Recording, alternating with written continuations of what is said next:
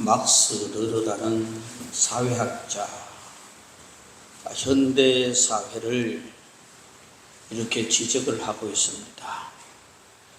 지금 우리는 과거 어느 때보다도 더 많은 자유를 누리고 행동의 제재를 받지 않고 살아가고 있다. 그러나 놀라운 충격은 우리가 하고 싶은 것, 가고 싶은 곳, 생각하고 싶은 것을 마음대로 하면서도 기쁨이 없다는 사실이다 라는 말을 합니다. 한마디로 이 시대가 기쁨을 잃어버린 시대라는 사실입니다. 예수 믿는 그리스도인들마저도 갈수록 기쁨 없이 밋밋하게 살아가고 있다는 것입니다. 여러분, 지난 한 주간 얼마나 즐겁게 사신 것 같아요? 몇 번이나 웃었는 것 같아요? 지금 이렇게 말해도 나를 인상 쓰고 쳐다보는 사람들이 여러분이에요. 오래전에 외국의 기독교 지도자 한 분이 한국 교회를 방문하고는 이렇게 질문했습니다. 예수 믿는 사람의 표정이 왜 그렇게 우상입니까? 라고 물었습니다. 심지어 한국교회 성도들은 예배당에 들어와서까지도 왜 그렇게 인상이 굳어 있고 기쁨이 없는 표정을 하고 있는지라고 질문을 했는데, 조금 난처한 질문을 받은 안내자가 이렇게 임기응변으로 대답을 했답니다. 그것은 한국교회 신자들은 십자가에 죽으신 예수님을 깊이 묵상하기 때문입니다. 그런 거예요. 그랬더니 이 외국인이 다시 반문합니다. 아니, 한국교회 성도들은 그 예수님이 다시 부활하신 것은 안 믿나요? 그렇게 되묻고 있습니다. 우리는 십자가에 죽으시고 사흘 만에 다시 살아나신 예수님을 믿고 사는 사람들입니다. 그렇다면 우리는 날마다 기쁘고 즐겁게 살아야 하는 것입니다. 기독교는 초상집이 아니라 잔치집입니다. 성경에는 잔치 얘기가 절비합니다. 예수님은 기회만 있으면 잔치하실 구실을 찾았고 분주한 사역 중에서도 잔치집에 적극적으로 참여했고, 그래서 예수님은 금식 대신에 잔치 인생을 살라고 강조하고 있는 것입니다. 예수님은 십자가를 지러 오셨음에도 불구하고 하루하루 즐겁게 사신 분이요.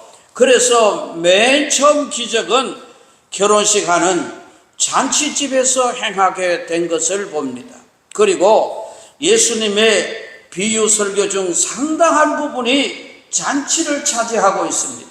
그것도 가난한 잔치보다는 부잣집 잔치, 임금님의 왕실 잔치, 작은 잔치가 아닌 큰 잔치 이야기를 해주고 있는 것을 봅니다. 왜냐하면 하나님의 나라는 기쁨의 나라요 잔치의 나라이기 때문입니다.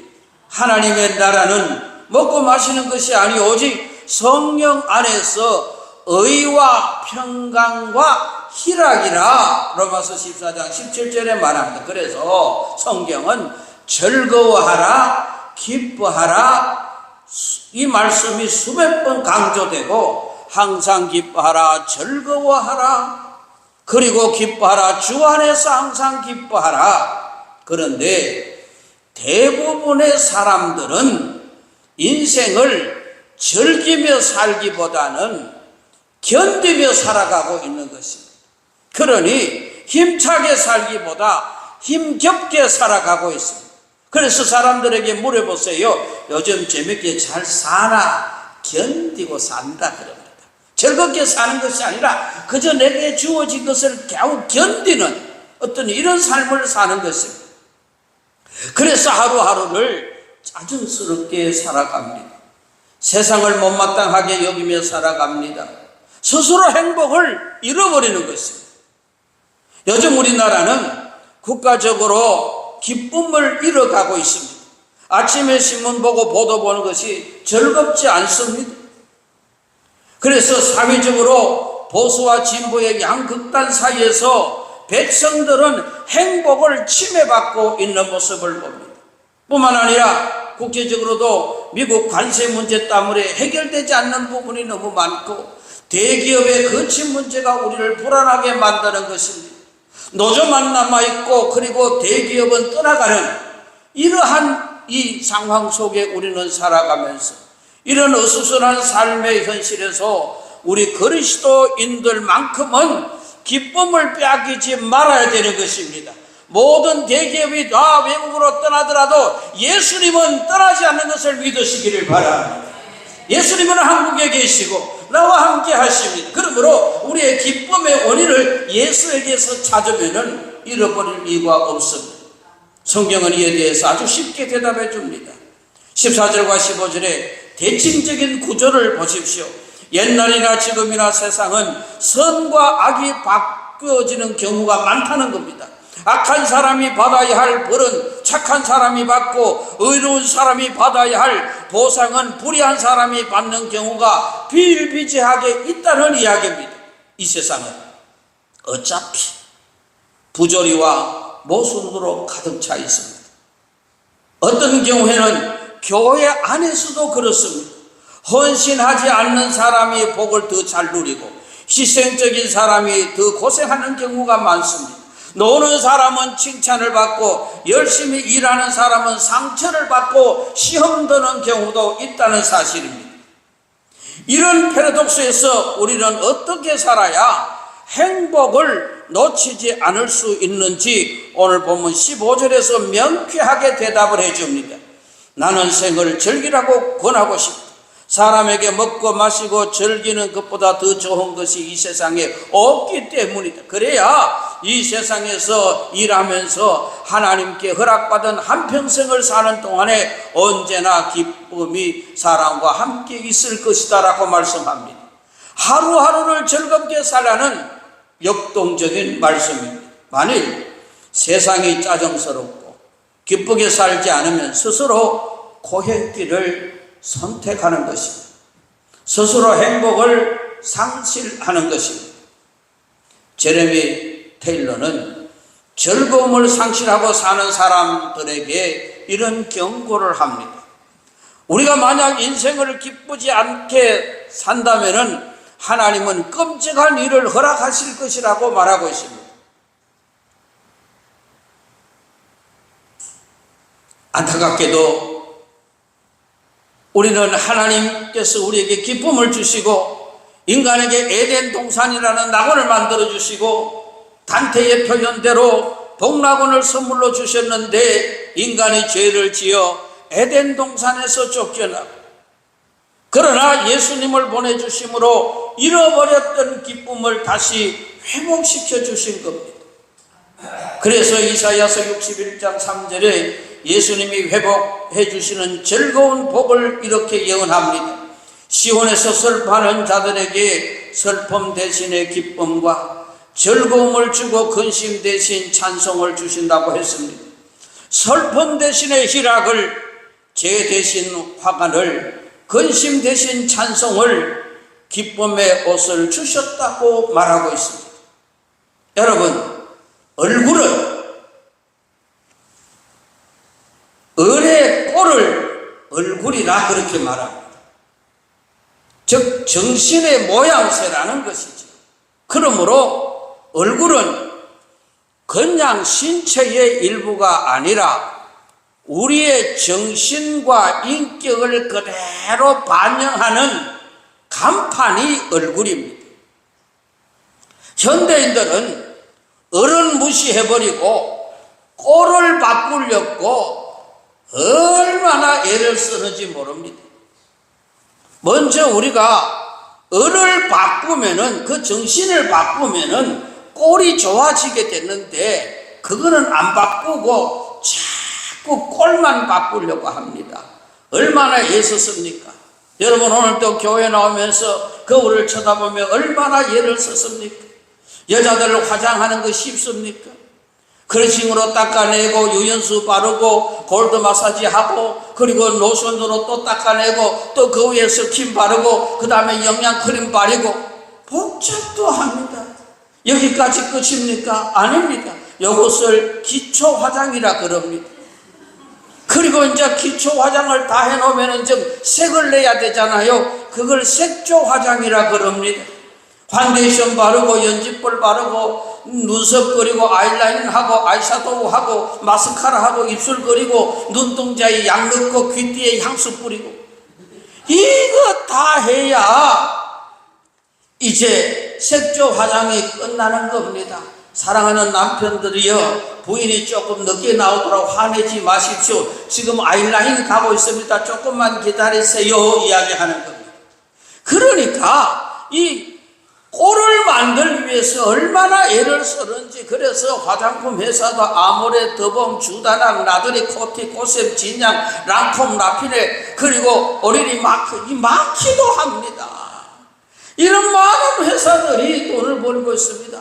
그리고 그것만 합니까? 또 저녁에는 또 뭘 합니까? 먹을 것을 굶어가면서 먹지는 않고 바릅니다. 계란 마사지 합니다. 오이 마사지 합니다. 꿀 마사지 합니다. 요구르트 마사지 합니다. 레몬 합니다. 딸기 합니다. 인삼 합니다. 전부 먹는 것을 바르고 있더라고요. 이러니 뭐 때문에 꼴을 만들기 위해서 아무리 그렇게 꼴을 만들어 놔도 을이 안 되면, 마음의 평화가 없으면은 여러분은 아무리 화장해도 화장이 안 붙고 뜬다. 화장이 뜹니다. 마음이 편해야 화장이 잘 흡수되고 붙지요. 마음이 안 편한데 아무리 찍어 발라봐요, 그거요 뜹니다. 그러니 오늘 우리의 삶이 이 꼴을 만들기 위해서 애를 쓰는데, 을을 만들어버리면 자동적으로 아무것도 기초 화장하지 않고 색조 화장하지 않아도 환하게 되는 거예요. 시작. 환하게 되는 거예요. 그러니 여러분들, 우리가 미국 목사들은 설교에는 반드시 한두 가지의 조커가 들어갑니다. 개인에 따라 다르지만은 한국 목사들의 경우는 너무 경직되고 근엄한 편입니다. 라인홀든 리버는 유머가 신앙으로 인도하는 서곡이요, 웃음은 기도의 시작이라고 했습니다. 웃을 때에 우리가 얼어붙었던 마음이 녹고 하나님과 이웃을 향하여 마음의 문이 열려지는 것입니다. 웃는다고 하는 것이 얼마나 귀중한지 모릅니다. 저는 중국에 가서 설교하다가 공안당국에 잡혀가서 조사를 받고 있습니다. 선교사하고 같이 조사를 받는데요, 제가 중국어를 모릅니다. 그러니까 선교사하고 공안당국과 조서를 꾸미면서 이렇게 했다 저렇게 썼다가 저는 얼굴만 쳐다봅니다. 인상 팍 쓰면 오늘 죽었구나, 한국 못 나간다. 그리고 빙긋이 웃으면 살았다, 이것만 확인했습니다. 말을 모르니까 웃으면 살았다 싶고, 그리고 화나면 나 이제 끝장났다 싶고, 이런 거예요. 웃음은 모든 나라의 만국통상어라고 하는 것입니다. 그러므로 우리가 어떻게 이렇게 즐겁게 하루하루를 살아갈 수 있을까? 그 비결 첫째가 예수 안에 살아야 하는 것입니다. 물고기가 즐거우려면 물 안에 살아야 즐겁습니다. 그리스도인들이 즐거우려면 예수 안에 살아야 즐거운 것입니다. 예수님을 영접하고 구원받은 사람들은 하나같이 기쁨이 넘치는 삶을 살아갈 수 있습니다. 예수님을 마음에 모셔드리고 믿기만 하면 모든 죄를 용서받을 수 있기 때문입니다. 하나님의 자녀가 됩니다. 천국을 소유하는 자가 됩니다. 그러니 얼마나 기쁘고 즐겁고 얼마나 신나는 일인가요? 어떤 분은 말대로 기쁨이란 고통의 부재가 아니라 하나님의 임재라고 하는 것입니다. 우리는 얼마든지 하나님의 임재 속에 진정한 기쁨을 누리며 살아갈 수 있는 것입니다.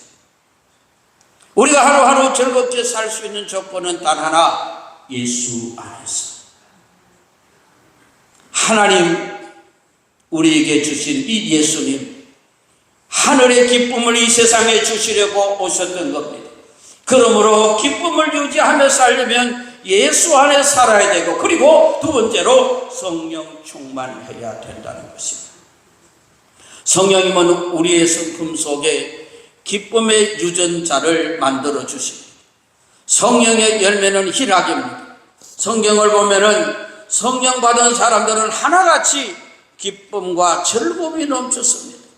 고난과 시련 중에서도 찬양하며 즐거워했습니다. 그래서 사람들은 그들을 세술에 취한 자라 그렇게 불렀습니다. 성령님은 기쁨의 영이십니다. 우리 가슴 속에서 생수의 강이 흘러나오게 하십니다.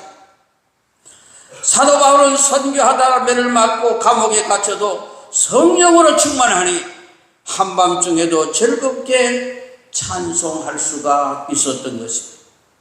구약시대에 하박국 선지자는 이런 역동적인 노래를 합니다. 비록 무화과 나무가 무성하지 못하며 포도나무에 열매가 없으며 감람나무에 소출이 없으며 밭에 식물이 없으며 우리의 양이 없으며 외양간에 소가 없을지라도, 다 없고 없을지라도 나는 여호와로 인하여 즐거워하며 나의 구원의 하나님으로 인하여 기뻐하리로다.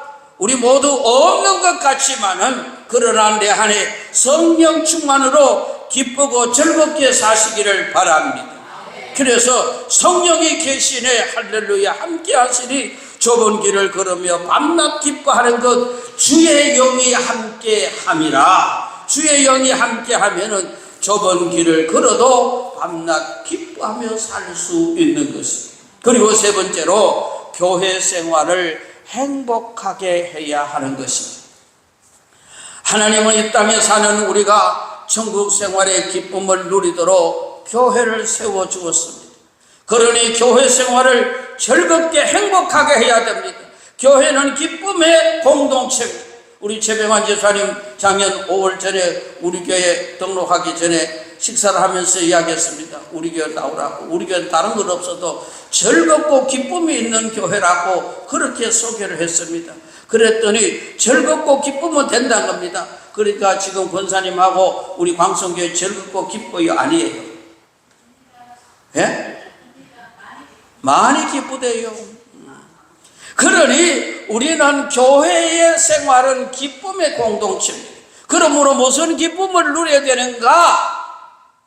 예배의 기쁨을 누려야 하는 것입니다. 예배가 기뻐야 하는 겁니다.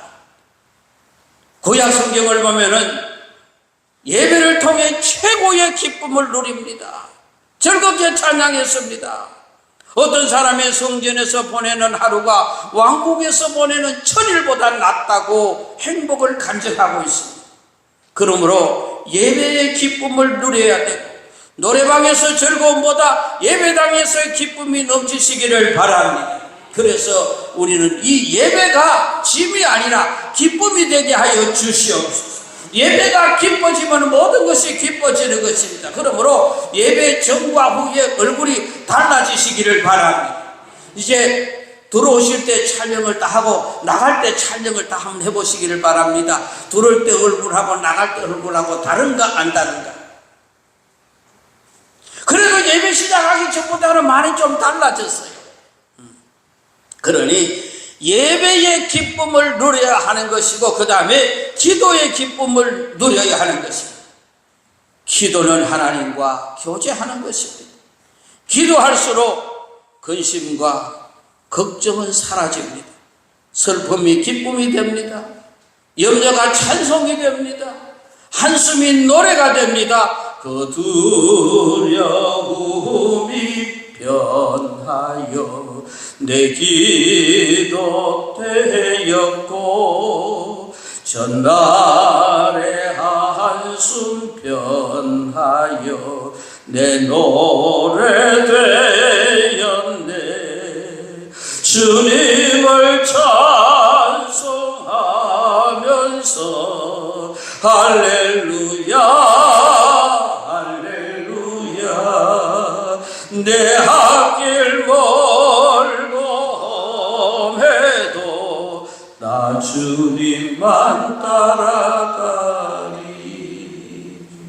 기도가 한숨이 변하여 노래가 되는 비결이 기도라고 하는 사실입니다. 그러므로 여러분의 기쁨을 상실했습니까? 하나님 앞에 나와 기도하시기를 바랍니다. 그러면 기쁨을 회복할 수가 있습니다. 그리고 세 번째로는 교제의 기쁨을 누려야 하는 것입니다.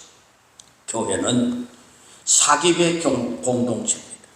이전에는 전혀 몰랐던 사람이 우리가 주님 안에서 한 형제가 되고 한 자매가 된 것입니다. 친구가 된 겁니다. 새로운 가족이 됩니다. 주 안에서 사귐이 있으시기를 바랍니다. 그러므로 구역별로 전도회별로 공동체별로 더욱 친숙해지는 즐거움이 있어야 교회는 바로 이런 교제의 기쁨, 이것이 있어야 성도들이 기쁨으로 충만할 수 있는 것입니다.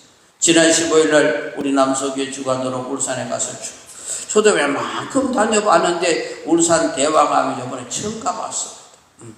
불에 가봤는데 그래서 대왕암도 이를 쳐다보고 숲도 쳐다보고 그럴 때 저는 뭘 쳐다봤는지 아니까 여러분들의 얼굴을 쳐다봤어요. 얼굴을 쳐다보니까 기쁨이 충만한 거예요. 그 더운 속에서도 그 울러미고 무거운 걸 가지고 산에서 회를 먹으면 그것이 무슨 회인지 압니까? 산회입니다. 죽은 회가 아니고 산회입니다. 그러니까 그렇게 땀을 흘려가면서도 함께 즐거움을 나눌 수 있는 성도의 교제를 나눌 수 있는 이것이 교회의 기쁨입니다. 그러므로 여러분들 교제의 기쁨이 충만하시기를 바랍니다. 그리고 네 번째로 섬김의 기쁨을 누려야 하는 것입니다. 사람이 지배하려면 피곤해집니다. 섬기면 허무해지는 겁니다. 봉사하고 헌신할수록 세상이 줄 수 없는 신비한 즐거움을 주는 겁니다. 성숙한 사람일수록 섬김의 행복을 아는 것입니다. 그러므로 여러분 기쁨을 얻으려면 섬기는 자 되시기를 바랍니다. 지배하려면 기쁨이 도망갑니다. 섬기려고 하면 기쁨이 충만해지는 겁니다. 마지막으로 전도의 기쁨을 누려야 하는 것입니다. 예수님을 따라다니며 전도했던 제자들의 행복 중 하나는 전도의 즐거움이었습니다. 그들은 전도를 마치고 돌아올 때마다 기쁨에 차서 보고했다고 누가복음 10장 17절에 말씀을 합니다. 이 세상에서 영혼을 구원하는 일보다 더 보람있고 가치 있는 일이 어디 있겠습니까? 그래서 바울은 선교하다가 감옥에 들어가도 여전히 기뻐하고 즐거워했습니다. 전도하다가 선교하다가 들어갔더니 기쁜 겁니다. 부동산 하다가 마약하다가 사기치다가 감옥에 들어가면 기쁨이 없습니다. 전도하다가 들어가기 때문에 기쁨이 충만한 것입니다. 우리가 사람을 변화시키는 전도를 할수록 생동적인 기쁨이 용솟음 치는 것입니다. 우리는 인생을 견디며 힘겹게 살 것이 아니라 즐기며 힘차게 살 수 있어야 하는 것입니다. 예수 믿고 구원받은 사람은 날마다 기쁘고 즐거운 잔치 인생을 살아가야 하는데 성령 충만함을 받을수록 그 배에서 생수의 강이 흘러넘치는 역동적인 기쁨을 살 수 있는 겁니다. 그래서 교회 생활이 행복하시기를 바랍니다. 예배가 즐거우시기를 바랍니다.